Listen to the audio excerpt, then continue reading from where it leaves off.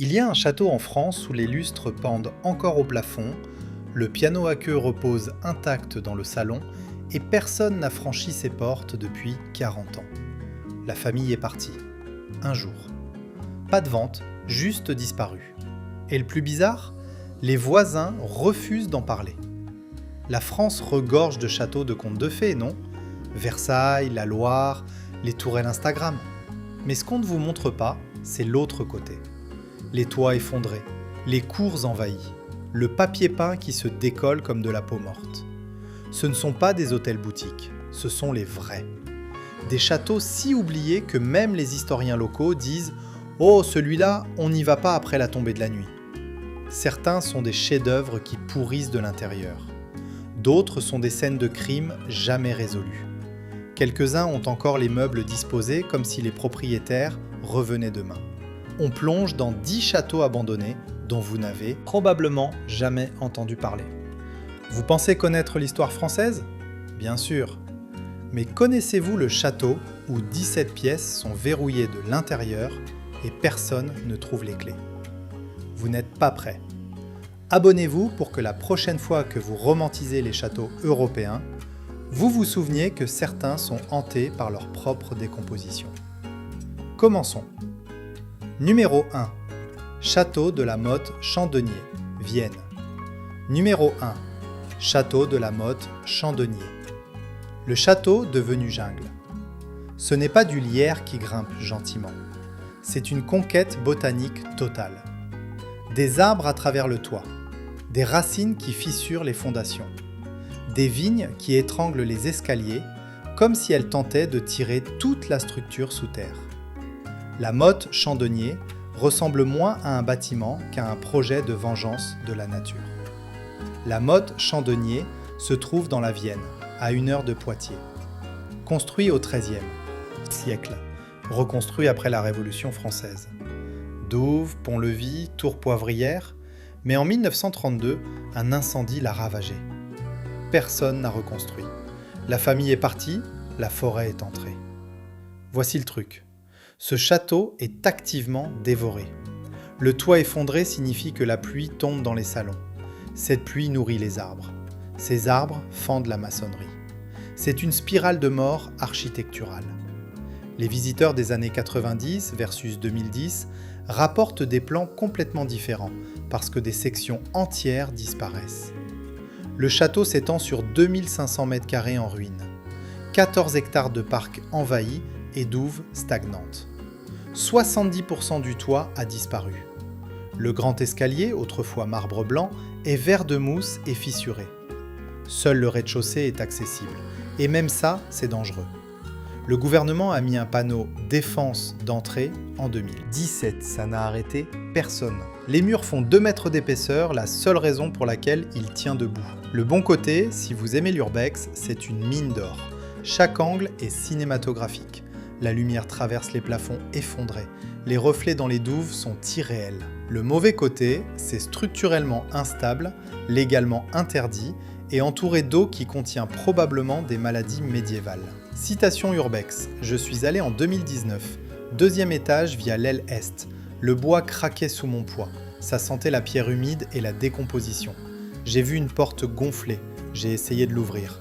J'ai entendu quelque chose bouger à l'intérieur. Je suis parti. Et laissez-moi dire, il y a quelque chose de troublant dans un bâtiment qui accueillait des aristocrates et qui accueille maintenant des ratons laveurs.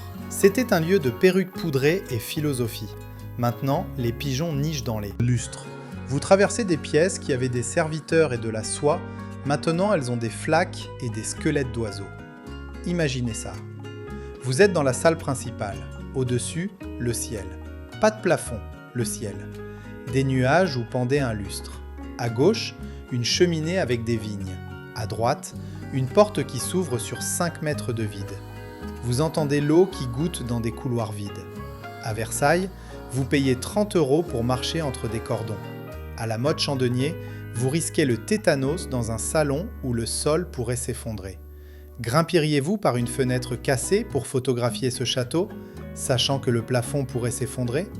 Oui pour Instagram ou non parce que vous aimez vos chevilles ? Commentez. Et si vous pensiez qu'un château englouti par les arbres était intense, Attendez celui où la famille a disparu et a tout laissé. Numéro 2. Château Miranda, château de Noisy, région frontalière belge. Numéro 2. Château Miranda. Le château avec des fantômes et de l'amiante. Techniquement en Belgique, mais juste à la frontière française, Miranda était un cauchemar néo-gothique qui ressemblait à du Edgar Allan Poe architectural. Tour d'horloge, vitraux brisés, couloirs sans fin, et puis ils l'ont démoli en 2017, ce qui le rend pire, parce que maintenant il n'y a que des photos et la connaissance qu'il est parti pour toujours. Miranda a été construit en 1866 par la famille Liedekerke-Beaufort après avoir fui la Révolution française. Ironique. Il a servi d'orphelinat de 1950 à 1980, ajoutant une couche de malaise. Après la fermeture, vide pendant 37 ans. Les vandales ont tagué, les plafonds se sont effondrés. Les urbexers en ont fait une légende. Mais le twist. En 2017, le gouvernement a décidé que c'était trop dangereux à sauver. Démoli. Complètement. Maintenant, c'est un champ avec des gravats. Chaque photo de Miranda est un fantôme. Le bâtiment n'existe plus, mais sa réputation, oui. Reddit, YouTube, théorie du complot sur pourquoi il a vraiment été démoli. Amiante, défaillance structurelle, où le terrain valait plus vide. Le château faisait 5600 m² sur 5 étages. Tour de l'horloge de 57 mètres, plus de 500 pièces. Amiante confirmée. Le toit était compromis à 80%. Explorer était illégal, mais des milliers l'ont fait. La démolition a coûté 250 000 €. Le gouvernement a dit que restaurer coûterait des millions. Alors, effacé. Le bon côté. Vous connaissez l'un des châteaux abandonnés les plus célèbres d'Europe ? Le mauvais côté, il n'existe littéralement plus. Vous ne pouvez pas le visiter. Juste regarder les photos d'autres et ressentir du FOMO pour un tas de gravier. Citation d'un blog de 2015. L'aile orphelinat était la pire. Petit lit en rangée, peinture écaillée, fenêtres brisées, on pouvait presque entendre les enfants. Et puis on se rappelait que c'était vide depuis 40 ans et qu'on était seul. Ok, peut-on parler de la tragédie de démolir ça ? C'était de l'histoire. Ça a survécu aux guerres et aux orphelinats. Et un bureaucrate a dit non, on le rase. Internet a essayé de sauver. Pétition, financement participatif, rien n'a marché. Maintenant, c'est parti. Comment traiter cette perte ? C'est comme supprimer un article Wikipédia en temps réel. Sauf que l'article était un chef-d'œuvre néo-gothique. Imaginez. 2015, vous êtes dans le grand hall, lumière à travers vitraux brisés, projetant des ombres colorées, vent sifflant dans les dortoirs, graffiti en français, néerlandais, anglais, superposés comme des strates archéologiques. Vous pensez revenir, vous ne le faites pas. 2 ans plus tard, c'est de la poussière. À Paris, ils reconstruisent Notre-Dame. À Noisy, ils effacent parce que restaurer coûte trop cher. Auriez-vous donné pour sauver un bâtiment que vous n'auriez jamais visité, juste parce qu'il était beau ? Oui parce que la préservation, ou non parce que vous n'êtes pas riche ? Commentez. Et si vous pensiez que perdre un château à la démolition était triste, attendez celui qui tient debout, mais que personne n'approche. Numéro 3. Château de Fougeray, Caux. Numéro 3. Château de Fougeray. Le château qui fond. Si la décomposition avait un enfant vedette, ce serait Fougeray. Ce n'est pas juste abandonné, c'est en désintégration temps réel. Murs qui bombent, tuiles qui glissent, fenêtres déformées comme des miroirs de fête foraine. Vous pourriez regarder ce bâtiment s'effondrer avec une caméra accélérée.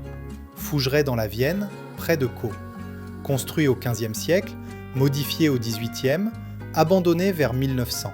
L'année exacte, floue, parce que personne ne s'est soucié de documenter. Pas célèbre, pas protégé, juste là, s'effondrant. La famille soit éteinte, soit partie. Maintenant, il appartient à la forêt et à la pluie. Voici le truc, la plupart des châteaux se décomposent dignement. Pierre s'effrite, toit s'effondre, mais les os restent. Fougeray fond. Dégâts d'humidité si graves que les murs s'affaissent. Les fondations s'enfoncent d'un côté, faisant pencher toute la structure comme un oncle ivre. Les ingénieurs disent peut-être une décennie avant effondrement total. Et c'est généreux. Le château fait 1200 mètres carrés d'architecture discutable. 3 étages, le dernier inaccessible. Le grand escalier a une fissure centrale qui est passée d'une ligne fine à 10 cm en 20 ans. 40% du toit manquant ou effondré. Humidité hors norme, expliquant la moisissure, la pourriture, l'odeur. Les visiteurs disent « chien mouillé mélangé à vieux ». Livre et regret. Techniquement détenu par un privé, mais le propriétaire invisible depuis des décennies. Panneaux d'interdiction existent, personne ne les applique. Le bon côté, esthétique d'abandon à l'apogée. Chaque surface texturée par la décomposition. Les photographes adorent l'éclairage dramatique.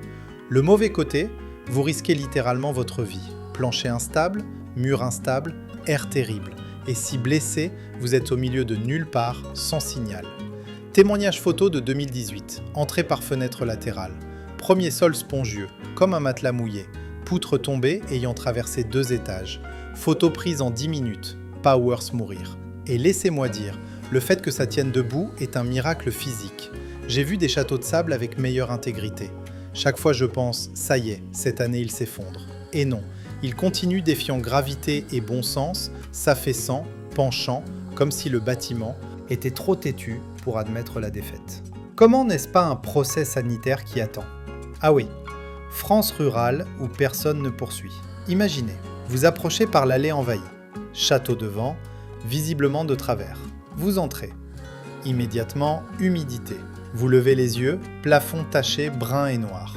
Eau goutte au loin. 3 pas et le plancher craque sous votre poids. Vous gelez. Vous partez. À Lyon, vieux bâtiments deviennent appartements luxe. À Caux, vieux bâtiments ignorés jusqu'à implosion. Exploreriez-vous un château qui s'effondre visiblement, juste pour dire que vous l'avez fait avant sa disparition ? Oui parce que YOLO ? Ou non parce que vous voulez atteindre 40 ? Commentez. Et si un château qui penche était inquiétant, le prochain a un meurtre jamais résolu. Numéro 4. Château de Pont-Rémy, Somme. Numéro 4. Château de Pont-Rémy. Le château où quelqu'un est mort sans explication. Ça a des couches. Pont-Rémy est un beau. Manoir 19e, dans la Somme. Façade symétrique, jardin sauvage, esthétique romantique. Mais en 1987, un corps trouvé dans l'aile est. Pas d'idée, pas de cause claire, pas de résolution. L'enquête est froide, la famille est partie, le château vide depuis. Pont-Rémy, construit en 1860 par une famille textile. Passé entre quelques mains, atterri avec un propriétaire reclus dans les années 70. Ce propriétaire mort en 1985. Propriété en vide juridique. 2 ans plus tard, un chasseur trouve un corps dans une chambre à l'étage. Dossier techniquement ouvert, mais personne n'y travaille depuis des décennies. Théories vont du squatteur mort naturellement à quelque chose de bien plus sinistre. Mais voici le truc. Le château n'est pas juste abandonné à cause du mystère. Il est devenu légalement toxique. Assurance refusée de toucher, acheteurs potentiels effrayés. Même la société historique locale a dit « ouais, on est bien ». Donc il reste là, fenêtre brisée, porte pendante, avec ce nuage sombre de mort non résolu. Et les gens s'introduisent encore. Le tourisme vrai crime est une chose. Le domaine couvre 3 hectares, château 1800 m², 2 étages plus grenier. La pièce du corps est au 2e, aile est, 3e porte à gauche. Oui, les gens l'ont cartographié. En vente plusieurs fois depuis les années 90, listé à 120 000 €. Fou pour cette taille. Pas de preneur. Rapport de police de 1987 disent « scène non perturbée, sauf le défunt ». L'autopsie non concluante. Pas de traumatisme, pas de maladie, juste mort. Utile, non ? Le bon côté, vrai crime, plus architecture abandonnée. 2 en 1. Le mauvais côté, vous marchez littéralement dans une scène de crime jamais totalement traitée. Illégal, possiblement hanté, définitivement flippant. Citation Forum Vrai Crime. Allez, avec 2 amis en 2014, trouvez la pièce, ruban de police, encore là, décoloré, collé au cadre. On n'est pas entré. Quelque chose semblait faux, comme si on n'était pas censé être là. Parti après 20 minutes. Ok, peut-on parler de la folie qu'un château entier soit abandonné pour une mort non résolue ? En Amérique, attractions touristiques, visites hantées, émissions fantômes, tout. En France, on ferme les portes et on fait semblant que ça n'existe pas. Vous avez ce magnifique bâtiment 19e, architecturalement significatif, et il pourrit parce que personne ne veut le pair. Cauchemar de « Eh, quelqu'un est mort ici, et on ne sait pas pourquoi ». Pour être honnête, je ne voudrais pas y dormir non plus. Imaginez, vous êtes dans le couloir L Est, fin d'après-midi. Lumière à travers volets brisés, projetant ombre de barreaux. Vous comptez portes. 1, 2, 3, vous arrêtez. Troisième porte, entr'ouverte. Vous n'entendez rien, vous ne voyez rien, mais vous le sentez. Cet instinct reptilien qui dit « n'entre pas ». À Paris, crime non résolu, on documentaire. À Pont-Rémy, crime non résolu, on silence et décomposition. Exploreriez-vous un château avec une mort non résolue, sachant que vous seriez dans la pièce exacte où c'est arrivé ? Oui, par curiosité, ou non, parce que certains mystères devraient rester non résolus. Commentez. Et si une mort inexpliquée était sombre ? Attendez le château utilisé comme QG nazi. Numéro 5. Château de Moulignon, Loir-et-Cher. Numéro 5. Château de Moulignon. Le château que les nazis ont occupé et que personne ne veut se rappeler. Tout abandon n'est pas négligence. Parfois, c'est de la honte. Moulignon, dans la Loire-Vallée, est un exemple type. Beau domaine 18e, jardin formel. Mais pendant la Deuxième Guerre, réquisitionné par les Allemands comme poste de commandement régional. Après la guerre, la famille ne pouvait pas supporter d'y vivre. Ils sont partis. Il pourrit depuis, monument à l'occupation et au traumatisme. Moulignon, juste hors Blois, Loir-et-Cher. Construit en 1750 pour une famille noble mineure. A survécu à la Révolution. A survécu au 19e siècle. Puis, 1940. La Wehrmacht arrive, expulse la famille, s'installe.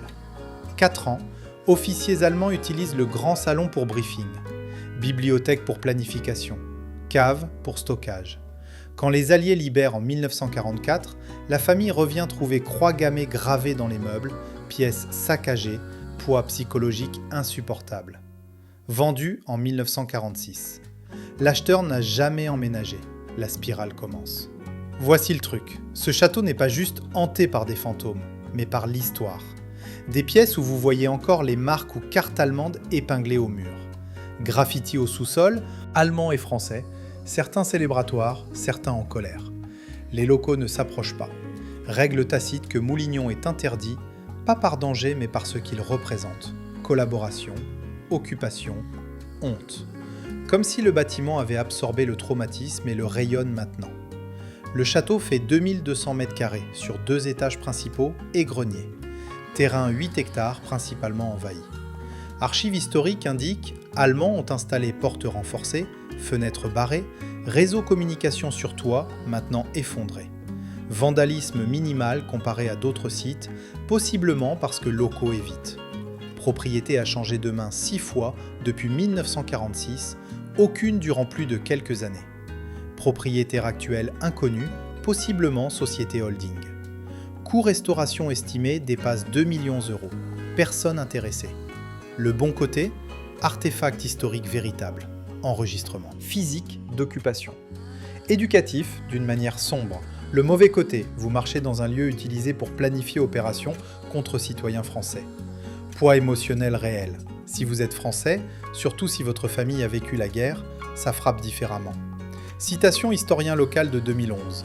On ne parle pas de Moulignon. Pas parce qu'on a oublié, mais parce qu'on se souvient trop bien. La famille de ma grand-mère a été déportée de cette région. Je ne peux pas passer devant ce château sans me sentir malade. Et laissez-moi dire, il y a quelque chose uniquement dérangeant dans les espaces abandonnés liés à l'atrocité. La plupart des châteaux abandonnés sont tristes par négligence ou économie. Celui-ci est triste parce que les gens ont choisi activement de le laisser mourir plutôt que préserver. C'est l'abandon comme protestation, abandon comme mémoire collective. Et honnêtement, je comprends. Si ma maison familiale avait été QG, ennemie, je ne voudrais pas la sauver non plus. Imaginez. Vous entrez par le portail principal, pendant sur un gond, montez l'allée. La façade a l'air grandiose, mais quelque chose est décalé. Vous entrez. Salon principal, vous voyez rayures sur panneaux bois où quelque chose métal était monté. Délibéré. Uniforme, faite par des gens qui ne se souciaient pas de préservation. En Normandie, site Jour J sont musées et mémoriaux. À Moulignon, site occupation laissé à pourrir. Exploreriez-vous un château qui a servi de QG nazi, sachant l'histoire du bâtiment est imprégnée d'occupation? Oui, parce que l'histoire compte, ou non, parce que certains endroits devraient être oubliés? Commentez. Et si l'histoire de guerre rendait un château invendable, le prochain a un scandale financier pire encore. Numéro 6, château de Dudane, Ariège. Numéro 6, château de Gudane. Le château qui a ruiné tous ceux qui ont essayé de le sauver. Celui-ci fait mal parce que les gens ont vraiment essayé. Goudanès est un magnifique château 18e dans les Pyrénées, près frontière espagnole. Architecture néoclassique, vue panoramique, tout le package. Abandonné dans les années 90. Puis en 2013, un couple australien l'achète pour 500 000 €, prévoyant restaurer. Années et fortune essayant. Puis abandonne, parce que Goudanès est un gouffre financier sans fond. Goudanès construit en 1745 pour famille de marquis. Énorme. 40 pièces, jardin formel, orangerie, chapelle. Pendant la Révolution, saisi puis rendu, puis passant par divers propriétaires. Dans les années 90, ruine. Entrée Karina et Craig Waters, couple australien avec rêve et blog. Documente restauration en ligne, gagne public, puis réalité frappe. Coût astronomique, bureaucratie sans fin. Loi patrimoine français signifie qu'ils ne peuvent rien changer sans approbation. Manque d'argent.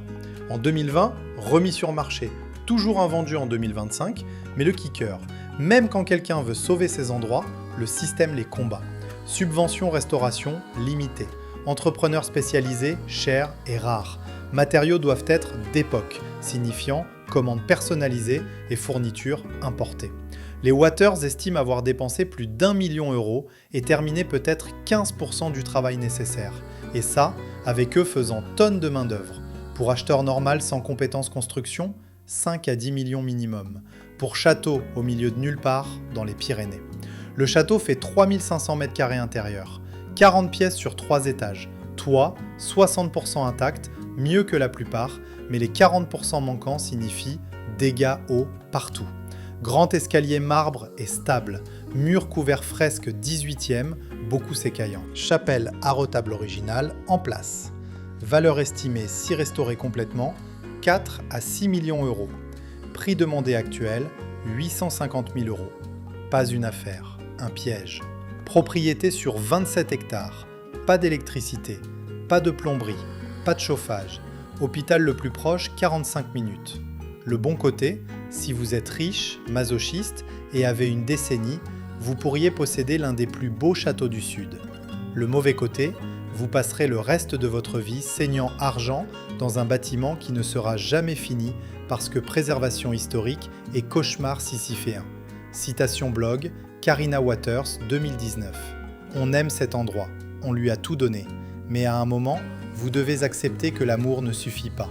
Le château a besoin de millions qu'on n'a pas. C'est déchirant. Ok, peut-on parler de la dévastation? Ces gens ont vraiment essayé.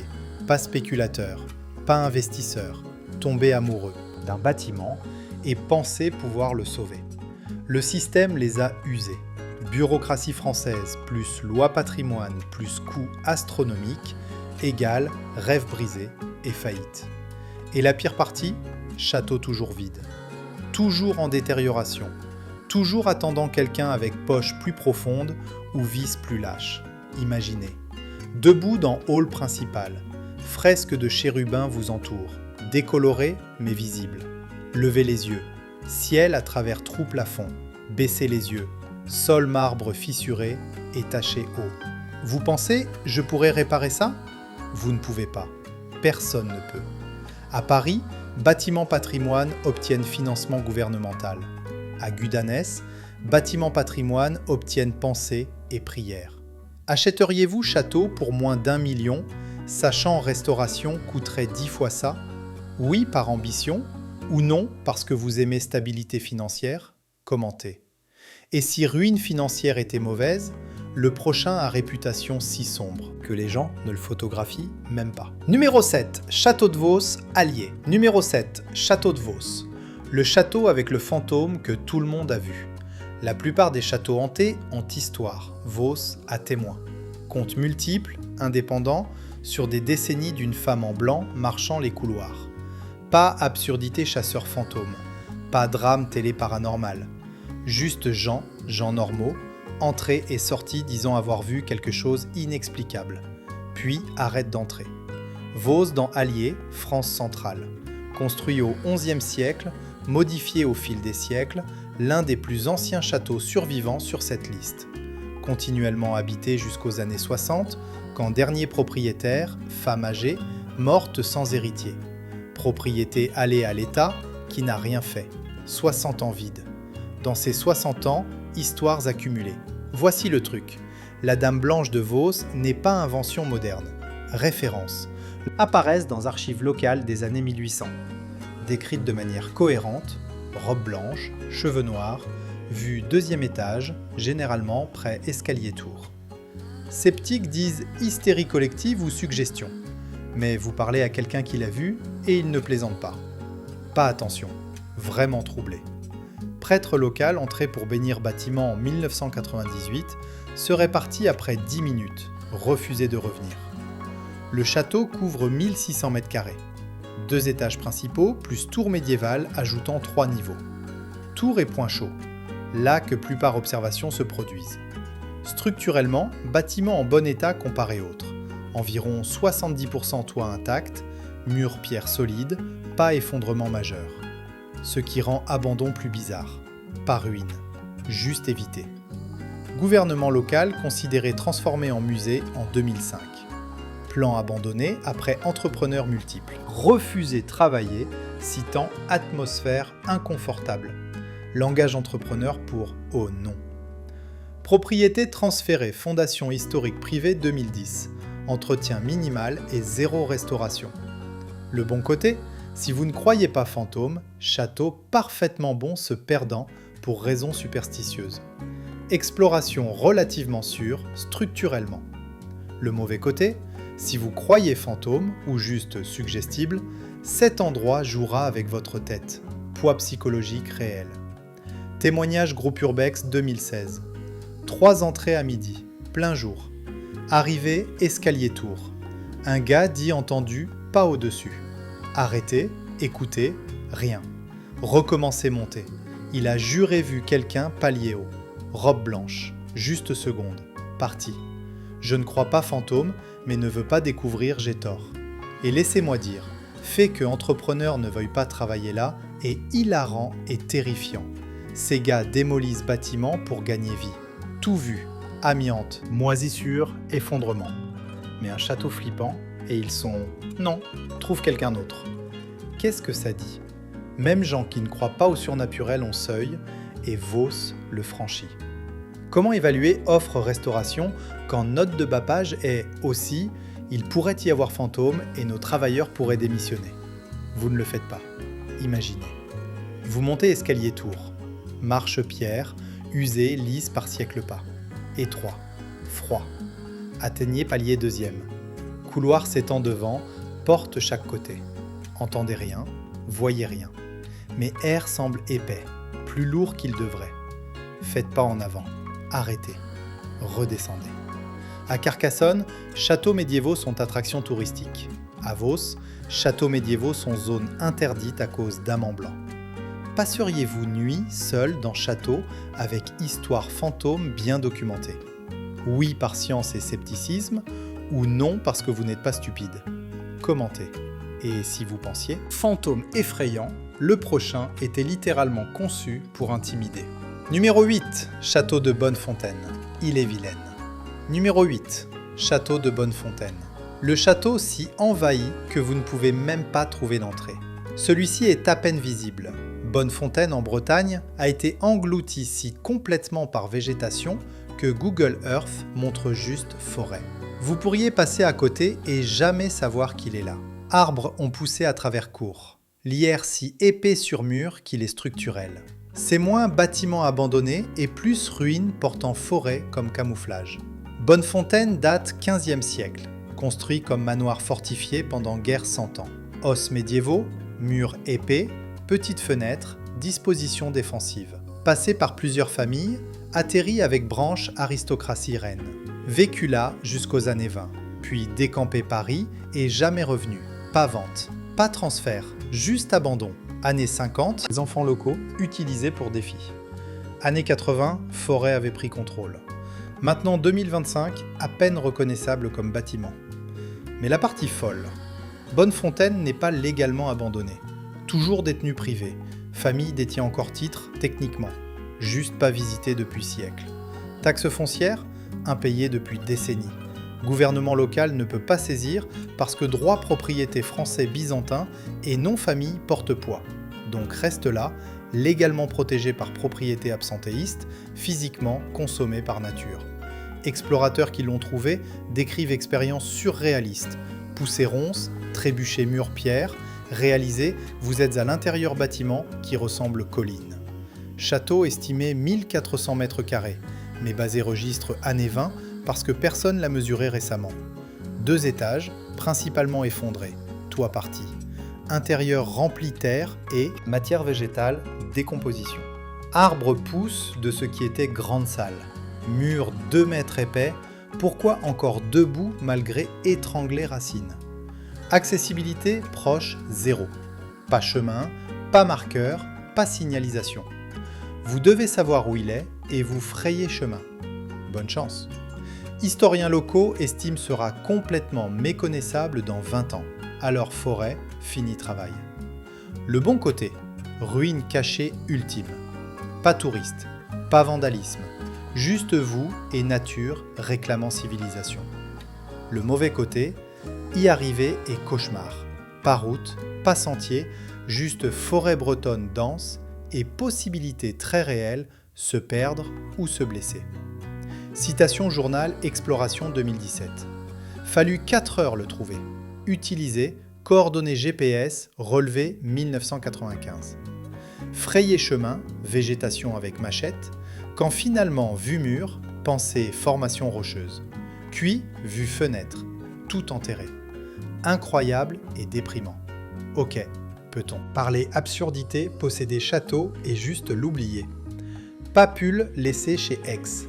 Manoir fortifié, 15e siècle. Comment juste ne pas s'en soucier? Héritage compliqué, gestion propriété chère, mais à un moment, ne pensez-vous pas? Et peut-être devrions-nous gérer? Forteresse en ruine que grand-père a laissée? Apparemment non. Famille déménagée Paris et laissée Entropie gérer reste. Fait que toujours légalement, l'heure est pique bureaucratie française. Désolé, ne peut toucher, propriétaire pas venu depuis années folles, ont toujours acte. Pendant ce temps, forêt est cool, c'est à moi maintenant. Imaginez. GPS dit, vous êtes là. Voyez rien sauf arbre. Poussez avant. Branches, griffes, bras. Trébuchez. Quelque chose dur. Regardez bas. Pierre. Regardez haut. Il y a mur. Couvert mousse et lierre. Le suivez. Trouvez porte. Pas porte. Juste trou rectangulaire dans verre. Entrez. Vous êtes à l'intérieur. Sol et terre et racines. Ciel visible au-dessus. Vous êtes debout dans château devenu forêt. À Versailles, châteaux sont trésors nationaux avec jardiniers. À Bonnefontaine, château perdu bois comme ruines oubliées, film Miyazaki. Vous frayeriez-vous chemin, forêt dense, heure, juste voir château complètement réclamé nature? Oui, parce que ça a l'air épique, ou non, parce que tic et lime existent? Commentez. Et si nature réclamant bâtiment était intense, prochain délibérément détruit par ses propres propriétaires. Numéro 9. Château de Balincourt, Oise. Numéro 9. Château de Balincourt. Le château que les propriétaires ont partiellement démoli eux-mêmes.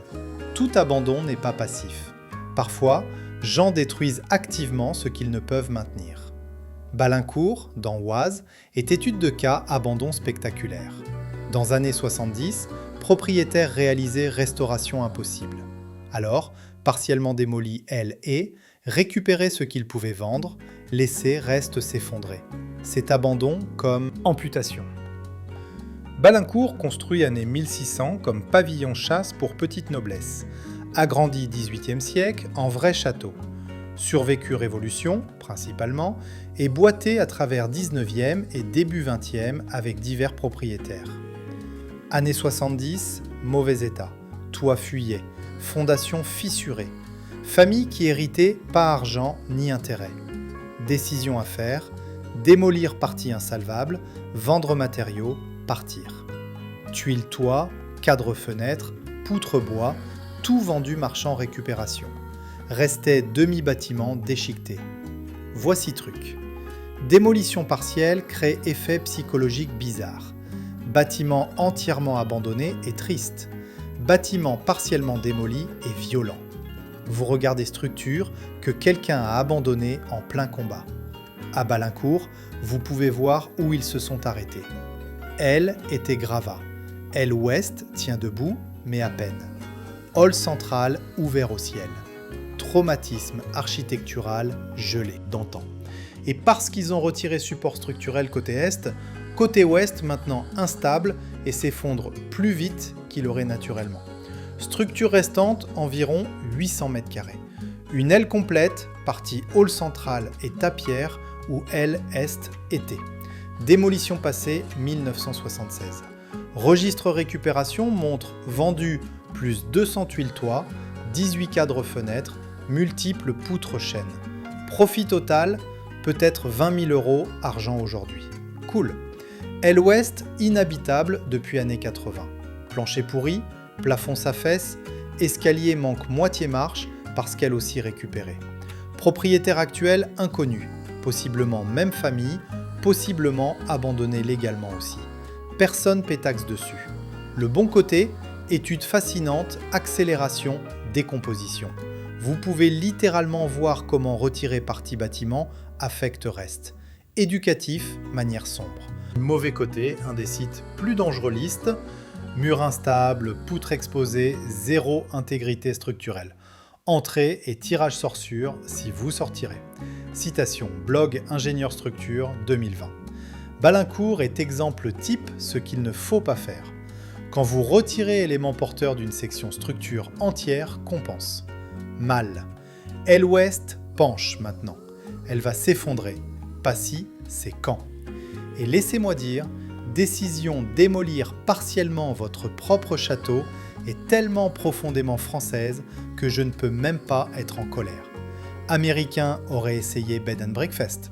Allemand aurait conçu plan stabilisation. Français ? Démolissons moitié, vendons morceaux, laissons reste se débrouiller.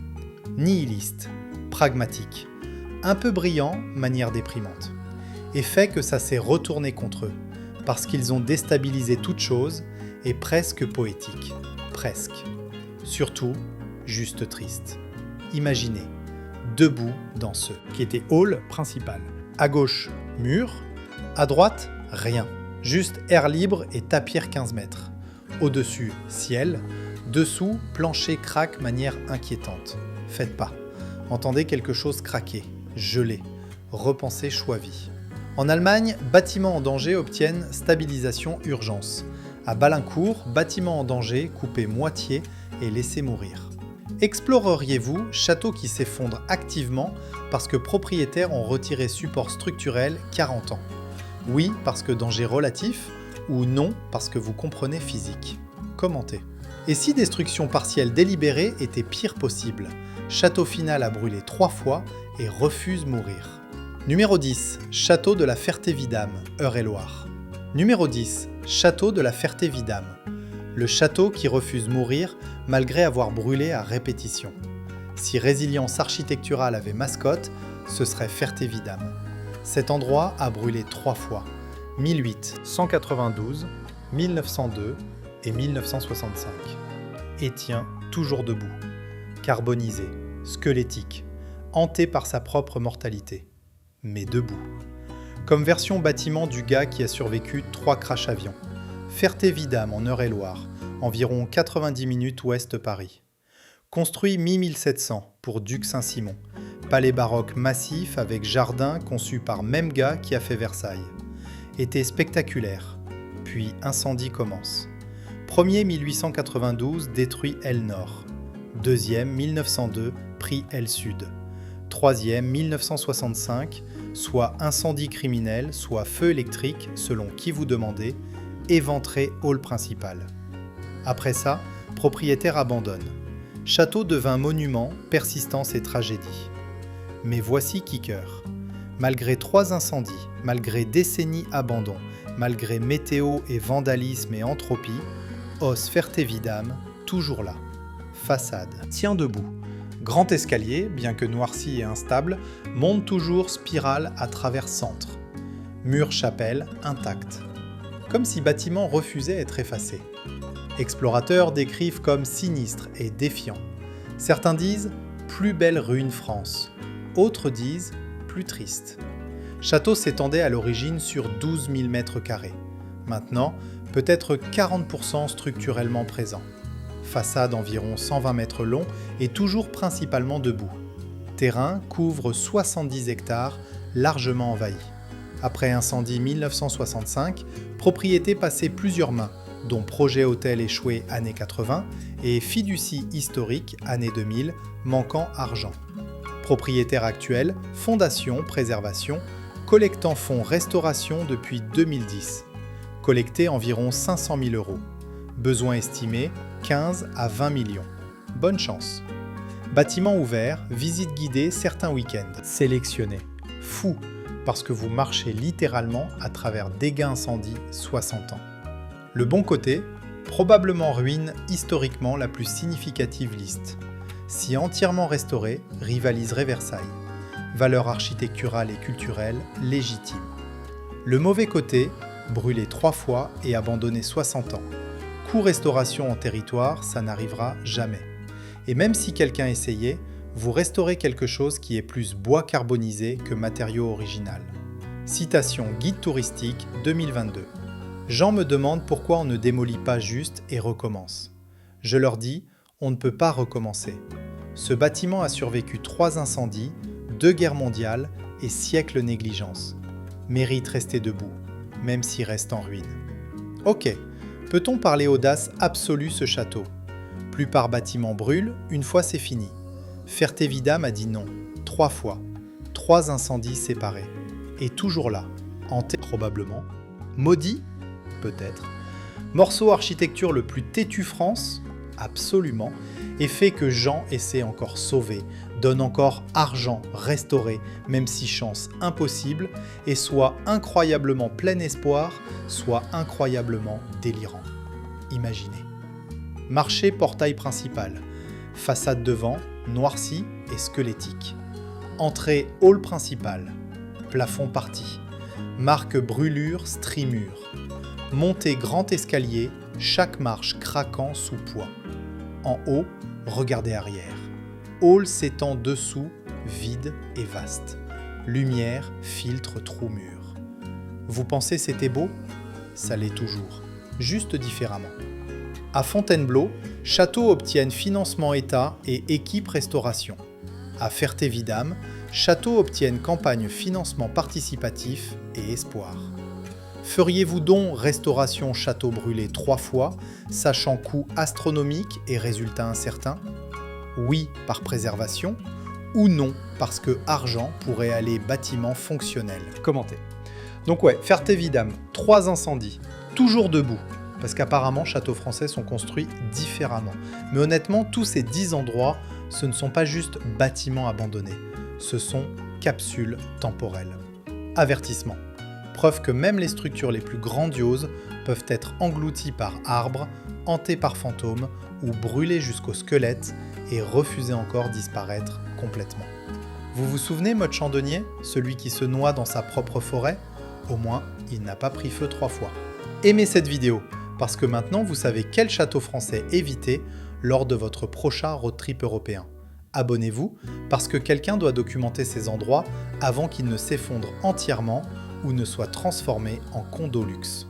Et commentez quel château était le plus déprimant, parce qu'honnêtement, je ne peux pas décider si c'est celui avec mort non résolu ou celui que propriétaires ont juste abandonné et démoli eux-mêmes.